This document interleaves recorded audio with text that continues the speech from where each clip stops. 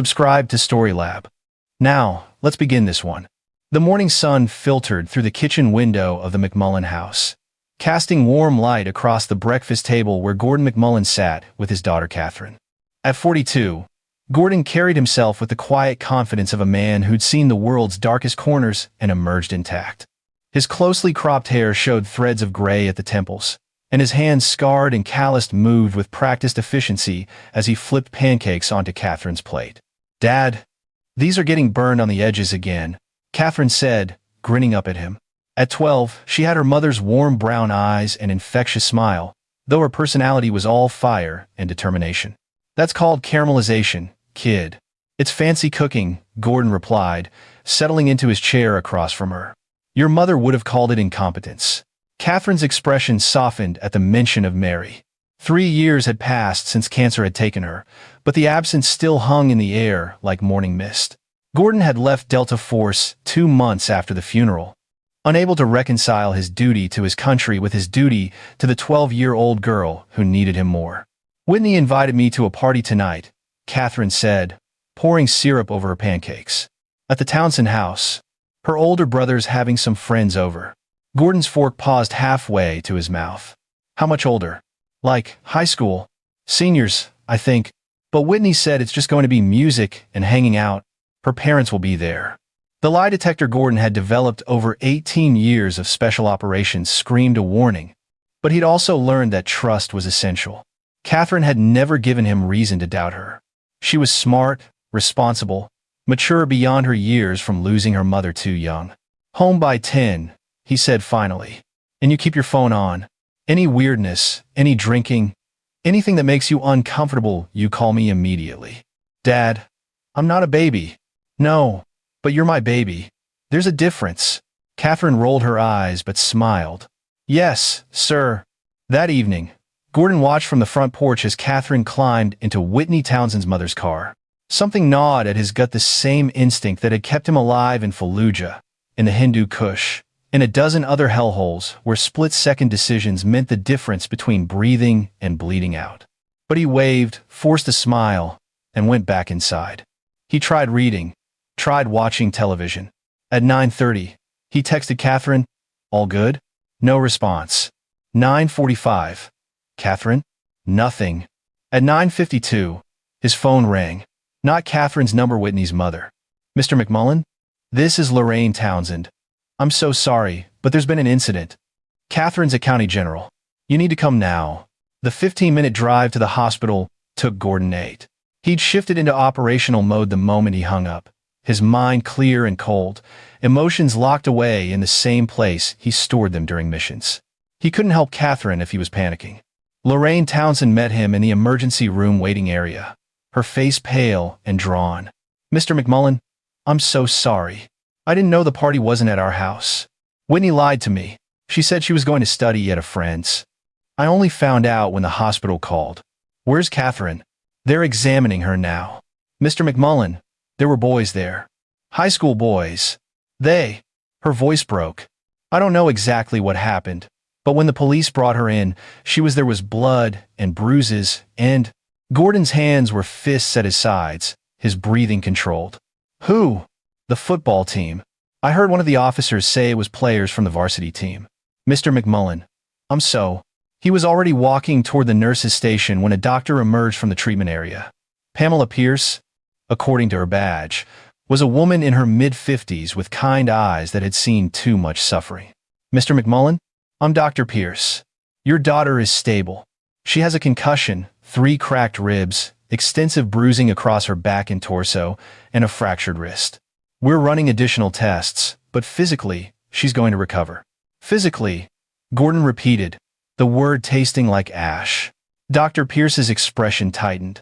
"Mr. McMullen, 11 boys assaulted your daughter. They filmed it. From what the police have told me, they shared the video on social media before the platforms took it down. The psychological trauma is going to be significant. I've called in a counselor, but Catherine's asking for you." Gordon nodded once, his jaw so tight it ached. "Can I see her?" Catherine lay in a hospital bed that made her look even smaller than her 12 years. The right side of her face was swollen and purple, her wrist wrapped in a temporary cast. When she saw Gordon, tears spilled down her cheeks. "Daddy," she whispered, and the word broke something in him. He sat beside her, taking her uninjured hand in both of his. "I'm here, sweetheart. I'm right here." They said terrible things. About Mom. About me. They grabbed me and her breath hitched. I tried to fight, Dad. I tried. But there were so many. And they just laughed. And they kept hitting me, and, you did everything right, you survived. That's what matters. But even as he said it, Gordon knew it was a lie. Survival wasn't enough. Not for this. Not for what they'd done to his little girl. A police officer appeared in the doorway, a young woman who looked fresh out of the academy. "Mr. McMullen, I need to ask Catherine some questions about what happened." Gordon wanted to refuse, to shield Catherine from having to relive it. But he knew the system. Evidence. Statements. Building a case. He nodded and stepped back, though he didn't leave the room. Catherine's statement was halting, interrupted by tears, but the facts emerged with brutal clarity. Whitney had lied about the party location. It was at the house of Brett McDaniel, the quarterback whose parents were out of town. Catherine hadn't wanted to go to a party full of older boys, but Whitney had convinced her it would be fine. When they arrived, there were no other girls, just 11 members of the varsity football team, already drinking. Catherine had tried to leave. They blocked the door. What started as teasing escalated when she tried to push past them. Brett McDaniel had grabbed her, thrown her against a wall. The others had joined in, taking turns. Someone had set up a phone to record. They'd punched her, kicked her, slammed her head against the floor. The whole attack lasted 7 minutes. A neighbor had heard screaming and called the police. The boys had scattered, leaving Catherine unconscious on the living room floor. The officer took notes, her expression professionally neutral. But Gordon saw the rage in the set of her shoulders. "We've identified all 11 boys," she said. "They're being questioned now. The video evidence is clear. The DA will be filing charges." Gordon nodded, but he was already calculating. 11 targets. Their addresses would be in the police report. Their parents, their schedules, their vulnerabilities. He'd spent 18 years hunting the world's most dangerous men. These were just stupid kids who thought daddy's money and a football scholarship made them untouchable. They were about to learn different. The next morning, Gordon sat in the office of District Attorney Helen Rogers, a woman whose campaign posters promised tough on crime, strong on justice. In person, she looked more interested in her phone than in the case file spread across her desk. "Mr. McMullen, I understand you're upset," she said, finally looking up. "What happened to Catherine is terrible, but we need to be realistic about prosecution." "Realistic?" Gordon kept his voice level. 11 boys brutally assaulted my 12-year-old daughter. They filmed it. You have video evidence, witness statements, medical records. What's unrealistic about prosecution? Rogers sighed, leaning back in her chair. These are high school seniors, star athletes. Several of them have scholarship offers to Division I schools. Brett McDaniel's already committed to Alabama. Do you understand what conviction would do to their futures? Gordon stared at her, not quite believing what he was hearing. Do you understand what they did to my daughter's future? I'm sympathetic, Mr. McMullen, but we have to consider all factors. These boys made a mistake. A mistake is forgetting homework. This was assault, battery, maybe attempted murder, given how badly they hurt her. The thing is, Rogers continued, as if Gordon hadn't spoken, several of the boys' fathers sit on the city council. Robert McDaniel, Austin Pratt, Alejandro Douglas, these are influential men. They've made it clear that aggressive prosecution would be problematic for everyone involved. Gordon's hands remained still in his lap, but his mind was racing through scenarios. You're not filing charges. I'm pursuing a more measured approach. Probation, community service, mandatory counseling. The boys will be punished, but in a way that doesn't destroy their entire lives over one incident. One incident where they put my daughter in the hospital. I understand you're angry, but... No, Gordon said quietly, standing. You don't understand. You've never understood what it means to protect someone. But you will. He walked out before she could respond. In his truck, Gordon sat in the parking lot and made a call. The number hadn't changed in 3 years. Kelvin, it's Gordon. Kelvin Galvan's voice came through warm and familiar. Mac? Damn. Brother, it's good to hear from you. How's civilian life treating you? I need the team. All of them. How fast can you get to North Carolina? The warmth vanished from Kelvin's voice, replaced by the clipped efficiency of an operator. What's the situation? Catherine was assaulted. 11 boys. The DA won't prosecute because their fathers own this town. Silence stretched for 3 heartbeats. Then, Jeremiah's in Virginia, 2 hours out. Zach's doing contractor work in Fayetteville, 40 minutes. Arnold's running a gym in Charleston, 4 hours. Mac, you know we're all out, we can't. I'm not asking you to do anything, Gordon said. I'm handling it. But afterward, there might be blowback. I need people I trust watching Catherine. Another pause. When? Tonight. I'll have it done by 0400. We'll be there by 1800. Mac, be smart about this. I'm always smart, Kelvin. That's why I'm still alive. Gordon spent the afternoon in his basement workshop, gathering materials. The house had belonged to Mary's parents. Built in the 70s, with a sprawling basement that Gordon had converted into a combination gym and armory. Officially, he owned a dozen legal firearms hunting rifles, a shotgun, 2 handguns registered for home defense. Unofficially, the false wall behind his workbench concealed enough weapons and tactical gear to outfit a small team. But tonight wasn't about guns. Guns were loud, messy, left forensic evidence. Gordon needed precision, control, a message that would be understood without being traced. He selected 11 syringes, drawing precise doses of a chemical cocktail he'd learned to brew in a CIA black site outside Kandahar. The compound would cause excruciating pain, muscle spasms, and temporary paralysis, but wouldn't kill. Death was too easy. These boys needed to live with what came next. At 1,800 hours, a black Ford Explorer pulled into Gordon's driveway. Kelvin Galvan emerged first 6'2" of lean muscle, his dark skin marked with scars from a decade of close-quarters combat. Behind him came Jeremiah Moody, stockier and balding, a master explosives technician who now taught chemistry at a community college. Zachary McKinney, the youngest at 36, still had the hungry look of an operator who missed the action. Arnold Peck brought up the rear, massive and gray-haired, the team's designated gentle giant who could bend steel bars with his bare hands. They didn't waste time with small talk. Gordon had coffee ready, and they gathered around his kitchen table like they'd done 100 times before missions. Catherine, Kelvin asked. Hospital overnight for observation, then home tomorrow. Physical therapy for the wrist, counseling for everything else. Gordon's voice was flat, emotionless. He compartmentalized it all, locked the father away, and let the operator take control. I have addresses for all 11 targets.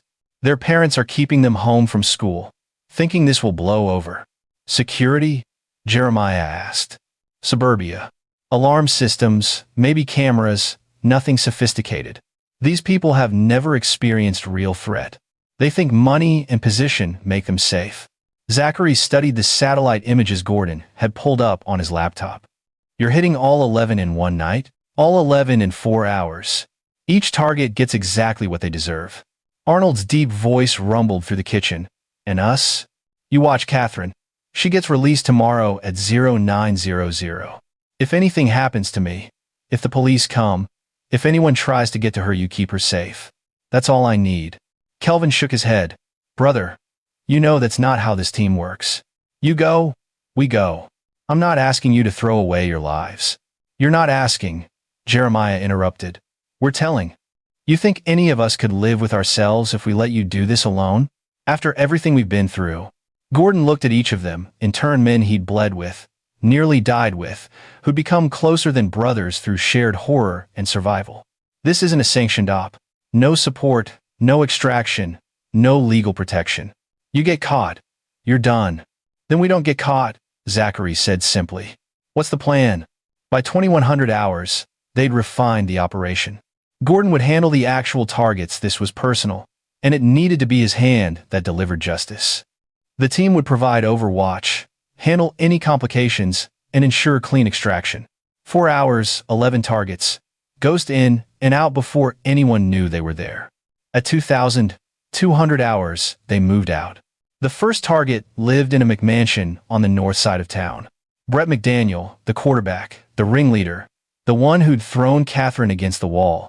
Gordon watched the house from across the street, noting the single light burning in an upstairs bedroom. Brett's father Robert was on the city council, owned 3 car dealerships, and had probably never been told no in his entire privileged life. His son had inherited that arrogance. Gordon's phone buzzed. Kelvin's text. Clear. He crossed the street like a shadow, moving with the efficiency of thousands of hours of training. The back door's alarm system was laughably simple. Gordon had it bypassed in under 30 seconds. Inside, the house was silent except for the hum of expensive appliances and the distant sound of a television. Brett's room was on the second floor. Gordon took the stairs without a sound, testing each step for creaks. The door was closed, but unlocked. Inside, Brett McDaniel lay sprawled across his bed in boxer shorts, scrolling through his phone. He didn't notice Gordon until a hand clamped over his mouth. "Don't scream," Gordon whispered. "Don't move. If you cooperate, this will be over in 60 seconds.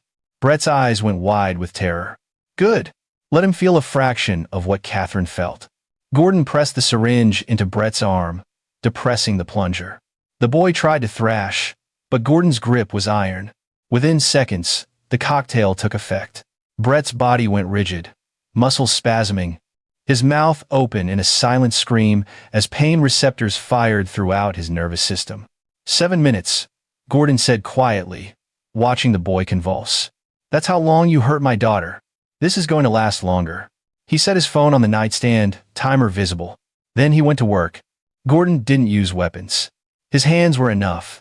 He broke Brett's throwing arm in 3 places, precise fractures that would never heal properly, would never let him throw a spiral again. Shattered his knee with a controlled stomp that destroyed the ACL, MCL, and meniscus. The boy couldn't scream, couldn't even whimper, paralyzed by the drug while his body tried to process the catastrophic damage. When Gordon left 12 minutes later, Brett McDaniel lay unconscious on his bedroom floor, his football career over before it started. Target 2 was Daryl McDaniel, Brett's younger brother, a linebacker who'd been the second to put hands on Catherine. Gordon found him in the basement of the same house, playing video games with headphones on. The approach was even easier. Gordon treated each target with surgical precision. He didn't kill that would have been mercy. Instead, he systematically destroyed the parts of their bodies they valued most.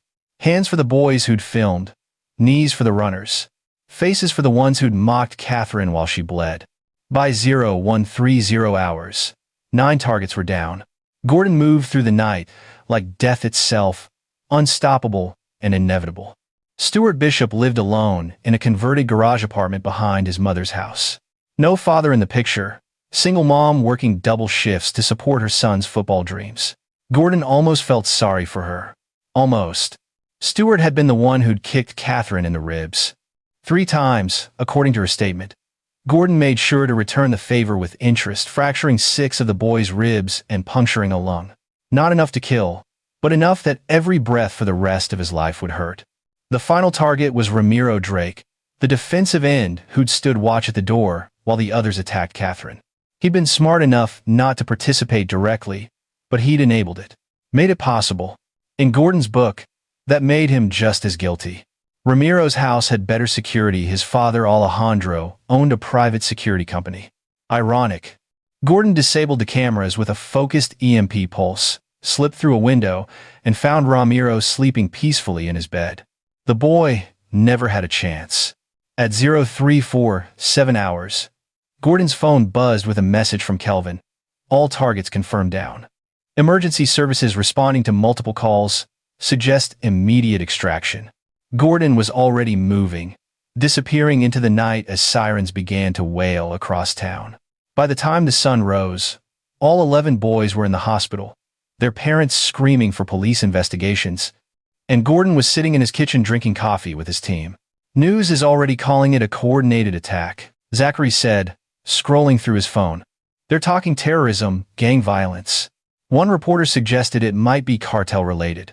"Let them talk," Gordon said. "They'll never prove anything." Jeremiah was less confident.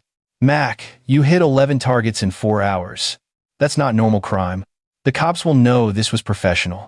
Knowing and proving are different things. No forensics, no witnesses, no digital trail. I was ghosts. Arnold spoke up from his position by the window. What about the fathers? The city council boys? They're not going to just accept this. I'm counting on it, Gordon said quietly. At 0900, Catherine was released from the hospital. Gordon brought her home to find Kelvin making pancakes, Jeremiah reading on the couch, Zachary and Arnold playing cards at the kitchen table. She looked at the four strange men in her house with confusion. Sweetheart, these are some friends of mine from the army, Gordon said. They're going to stay with us for a few days.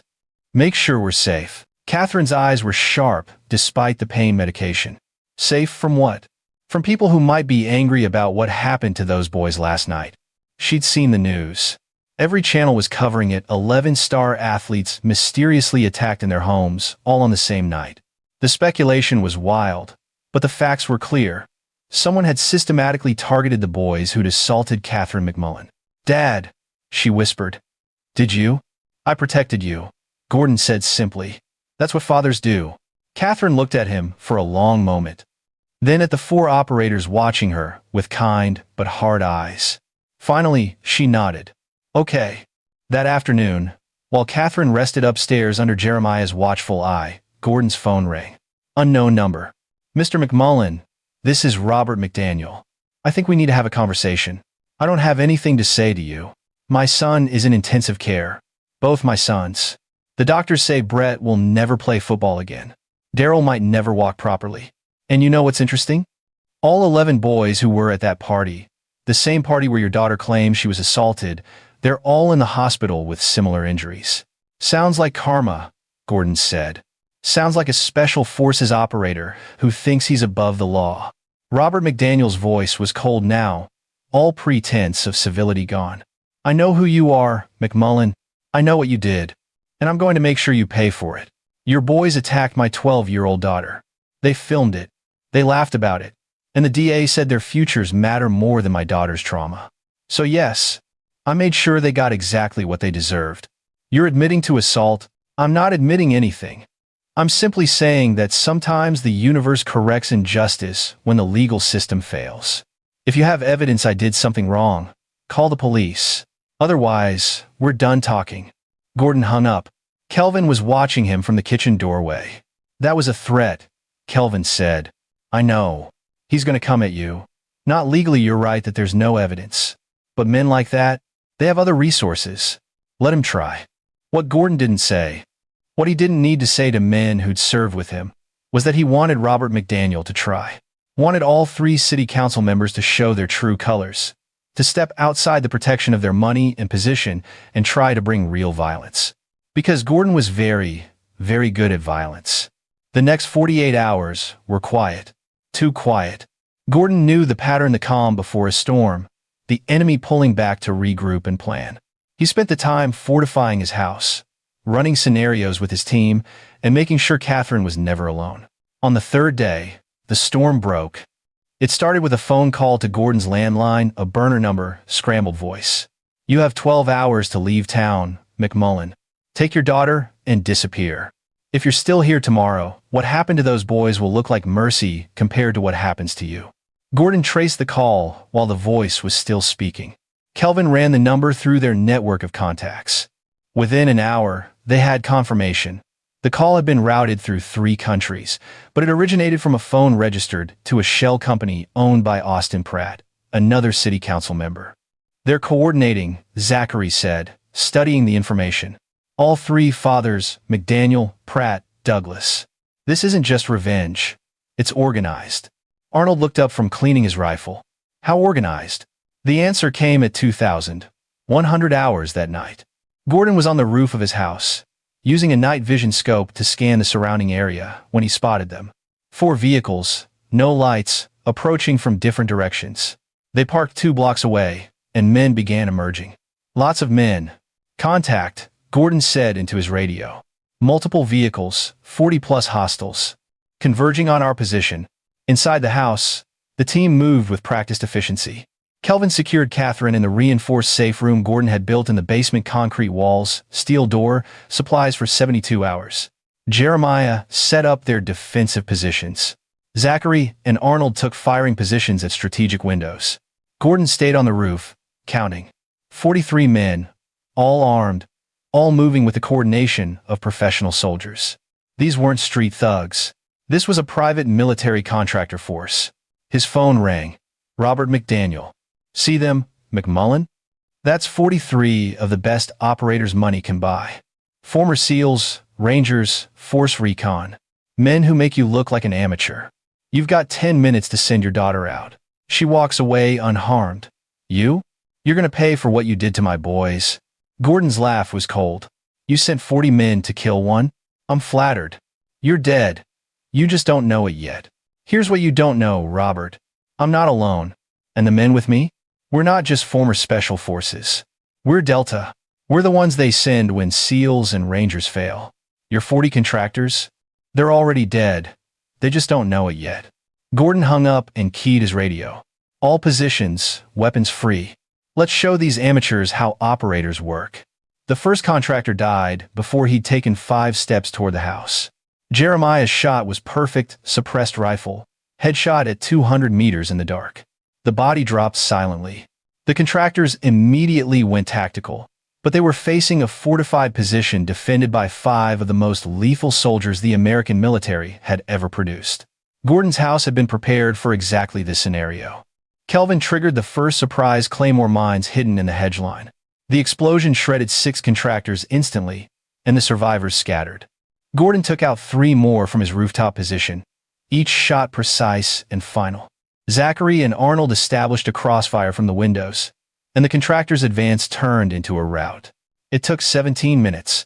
When it was over, 23 contractors were dead, 14 were wounded and fleeing, and 6 had surrendered when they realized they'd been lured into a kill box by men who'd perfected the art of asymmetric warfare. Gordon zip-tied the 6 survivors and had Kelvin call the police. Then he called Robert McDaniel back. Your army just lost. 23 dead, 14 wounded, 6 in custody. Want to send more? The silence on the other end was broken by ragged breathing. This isn't over. Yes, it is. Because here's what's going to happen next. You, Pratt, and Douglas are going to resign from the city council. You're going to liquidate your assets and establish a foundation in my daughter's name, $10 million, dedicated to helping victims of assault. And you're going to do it publicly, with a full confession of how you used your positions to protect your sons and then tried to murder me when I sought justice. You're insane. Or, Gordon continued, I start killing. Not your contractors, you, your families, everyone you care about. And I'll do it slowly, carefully, making sure you watch everything you love burn before I finally let you die. Your choice. You have 24 hours. Gordon disconnected and looked at his team. They were battered but alive, victorious against absurd odds because they'd prepared, trained, and trusted each other. Police are 3 minutes out, Kelvin reported. What's our story? The truth, mostly, Gordon said. Armed men attacked my home. We defended ourselves. Self-defense is legal in North Carolina. The next 24 hours were chaos. Police investigations, federal involvement given the body count, media circus as the story exploded across national news. But Gordon's legal position was solid. He'd been attacked in his home by 40 armed men, and he'd defended his family. The 6 survivors confirmed they'd been hired by Robert McDaniel to send a message. The burner phone was traced back to Austin Pratt. By the time 72 hours had passed, all 3 city council members were in federal custody, charged with conspiracy to commit murder, attempted murder, and a dozen other felonies. Their positions, their money, their power all gone in an instant. District Attorney Helen Rogers, facing her own investigation into corruption and prosecutorial misconduct, quietly reopened the case against the 11 football players. With the video evidence, medical reports, and Catherine's testimony, conviction was certain. The boys would spend their 18th birthdays in juvenile detention and their adult years in prison.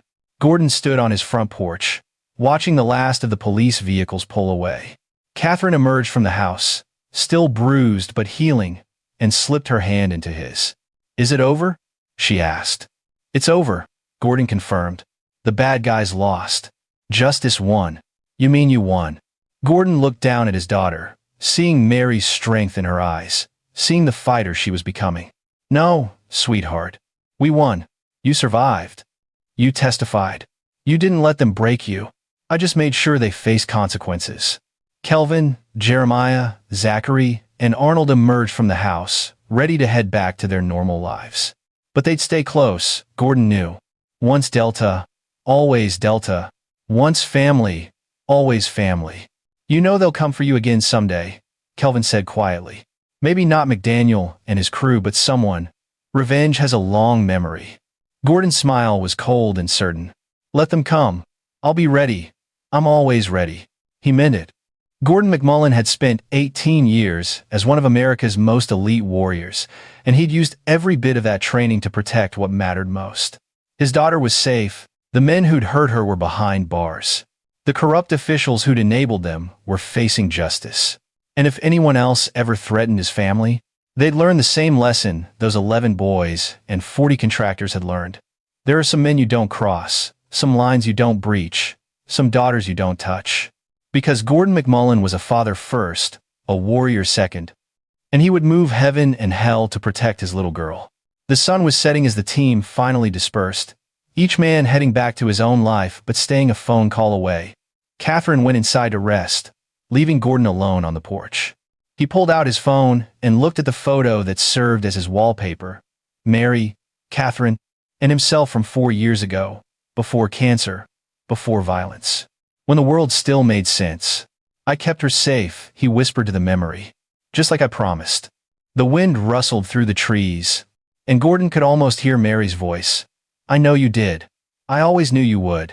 He pocketed his phone and went inside, locking the door behind him. Tomorrow would bring new challenges, new battles, new threats. But tonight, his daughter was safe, his enemies were defeated, and justice, real justice, not the corrupted version peddled by people like Helen Rogers, had prevailed. Gordon McMullen had gone to war for his daughter and emerged victorious. That was all that mattered. The story should have ended there, father and daughter safe, enemies vanquished, justice served. But 3 weeks later, another threat emerged from an unexpected direction. Gordon was at Catherine's physical therapy appointment when his phone rang. Kelvin's voice was urgent. Mac, we've got a problem. Robert McDaniel made bail. Federal charges. He shouldn't be able to. He pulled strings. Some federal judge he went hunting with. He's out. And Mac, he's not trying to run. He went straight to a press conference. Gordon pulled up the live stream on his phone. Robert McDaniel stood outside the courthouse, flanked by expensive lawyers, his face a mask of righteous indignation. My sons were brutalized by a vigilante, McDaniel said to the assembled cameras. Gordon McMullen took the law into his own hands, permanently crippling 2 teenage boys. Yes, there was an incident at a party, teenagers making poor choices, but what he did was monstrous. I hired security to protect my family from this dangerous man, and he murdered 23 people defending themselves. I will not rest until Gordon McMullen is behind bars where he belongs. The narrative was clever, Gordon admitted. Strip away context, focus on the body count, paint him as a revenge-crazed killer rather than a father protecting his daughter. It might even work on a jury if the federal charges didn't stick first.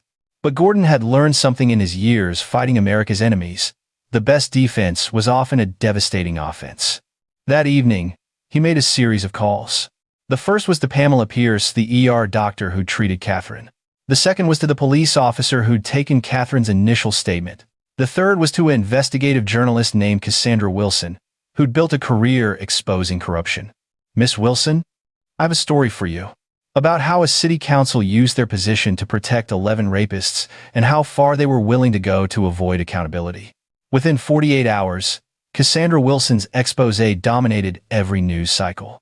She had medical records, police statements, the video evidence that the DA had tried to suppress, testimony from Catherine and 4 other girls who'd been assaulted by the same football team in previous years, cases that had been quietly buried by Helen Rogers at the city council's request.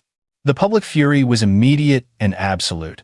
Robert McDaniel's bail was revoked. Helen Rogers was arrested, and the narrative shifted from vigilante father to corrupt officials enabled serial predators. But McDaniel had one final card to play.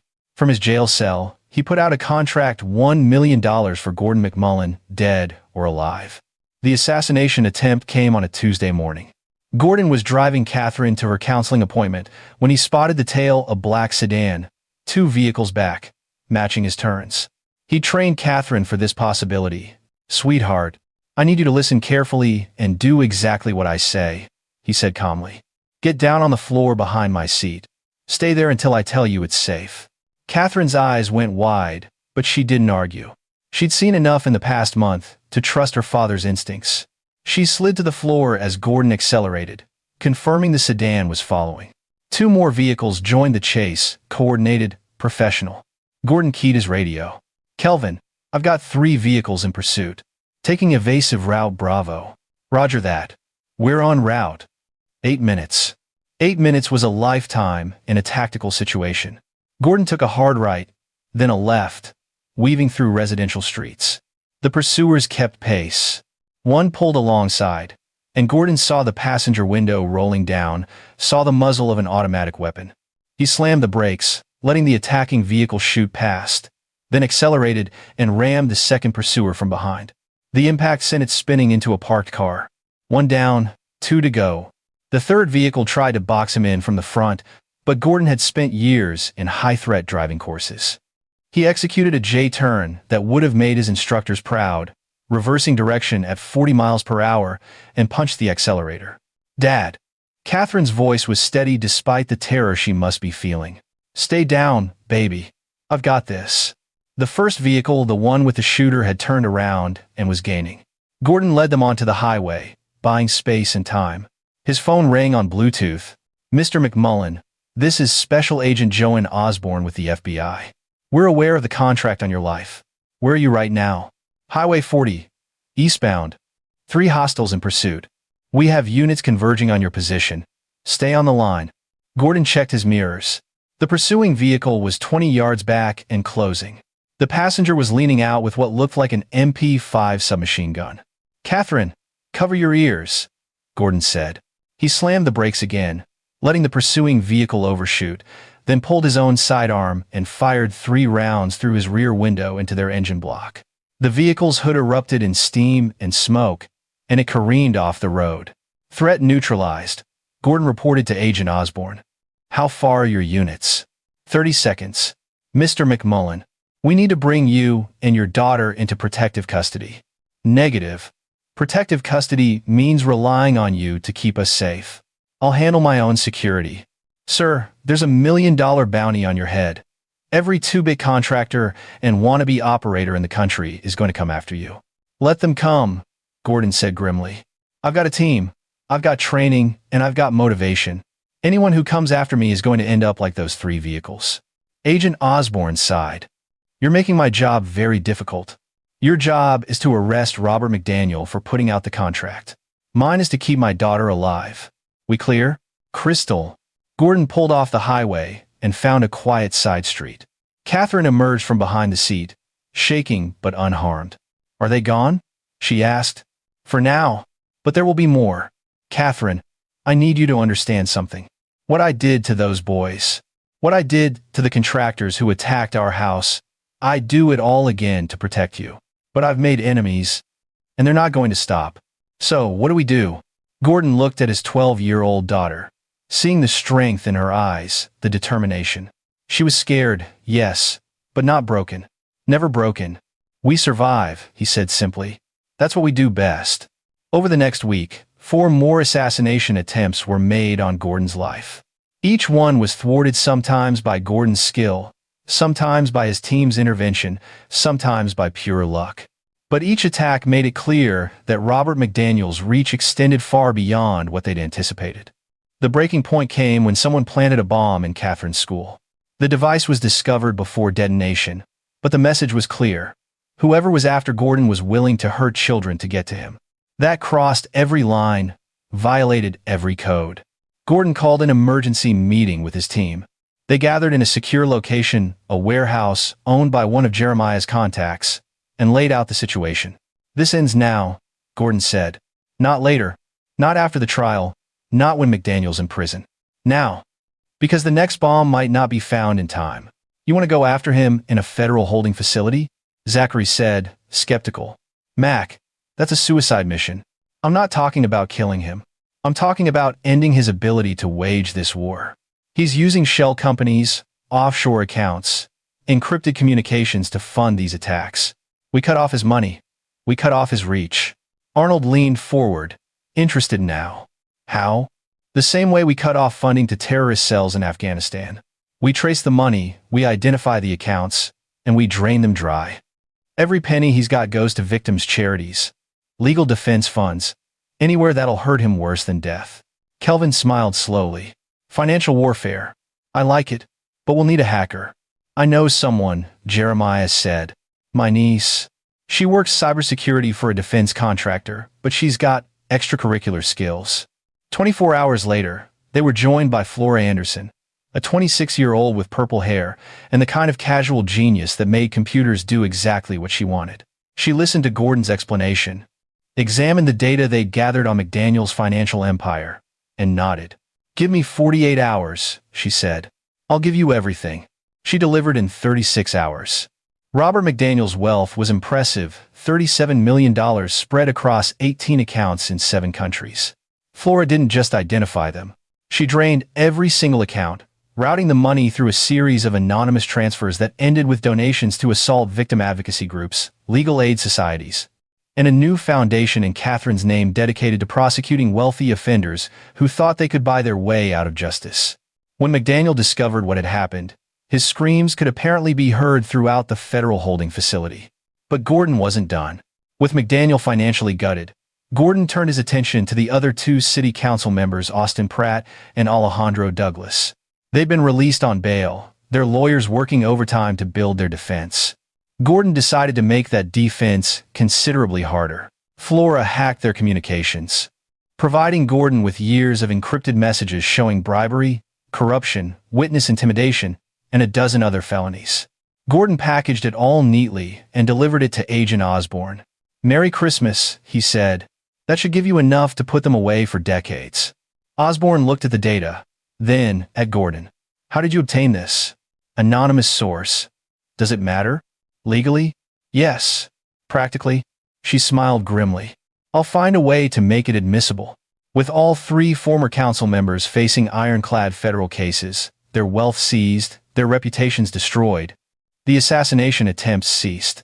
Gordon's name was quietly removed from every bounty board, and the world moved on to the next scandal. But Gordon knew better than to relax. He kept his team close, kept his house fortified, kept training Catherine in situational awareness and basic self-defense. Because the world was full of predators, and the only way to survive was to be harder, smarter, and more ruthless than anyone who might threaten your family. 6 months later, Gordon sat in a courtroom and watched as all 11 football players were sentenced to adult prison minimum 15 years each. The 3 former city council members received 25 years. Helen Rogers was disbarred and sentenced to 10 years for corruption and obstruction of justice. Catherine sat beside Gordon, holding his hand. She'd testified at every trial, facing her attackers with courage that made Gordon's chest tight with pride. When it was finally over, when the last verdict was read and the last prisoner was led away, Catherine looked up at her father. Is it really over now? It's over, Gordon confirmed. We won. We won, Catherine echoed, testing the words. I like how that sounds. They walked out of the courthouse together into bright sunshine.